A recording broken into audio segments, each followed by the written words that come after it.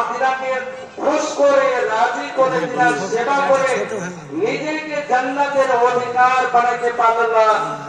জিবরাইল আলাইহিস সালাম বলছেন যে সে ব্যক্তি ধ্বংস হয়ে যায়। আল্লাহ নবী বলছেন যে সে ব্যক্তি ধ্বংস হয়ে যায়।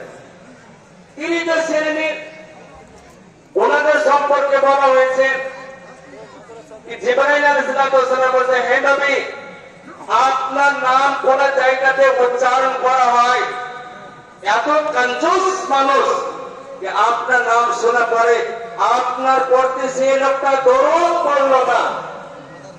তো জিবরাইল আলাইহিস সালাম বলছে কি সেই লোকটাও ধ্বংস হয়ে যায়।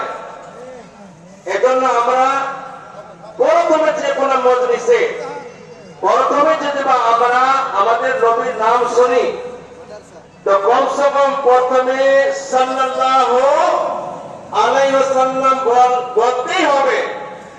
তারপর যে বারবার বলা হয়েছে যে মুস্তাহাবের মধ্যে বলাটা সবচেয়ে প্রিয় জিনিস।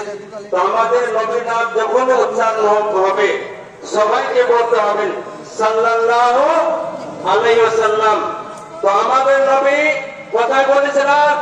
মক্কা থেকে হিজরত করে মদিনা মুনাওয়ারা গিয়েছিলেন। মদিনা মুনাওয়ারাতে যাওয়ার পরে ওখানকার লোকদেরকে দেখতে লাগলেন যারা এরকম টাইপেতে খেলাধুলাতে মস্ত থাকতেন।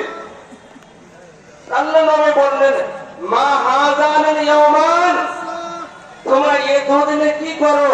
বলে কুননা নালাবু ফিল জাহিলিয়া ফিমাল জাহিলিয়া, আমরা জামানায় জাহিলিয়াতে এরকমই খেলাধুলা করতাম, সেজন্য আমার খেলাধুলা করছি।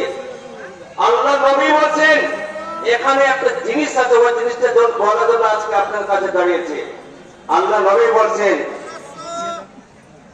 কালা রাসূলুল্লাহ সাল্লাল্লাহু আলাইহি ওয়াসাল্লাম কাদ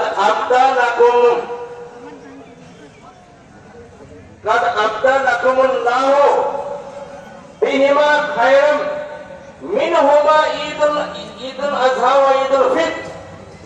আল্লাহ তাআলা তোমাদেরকে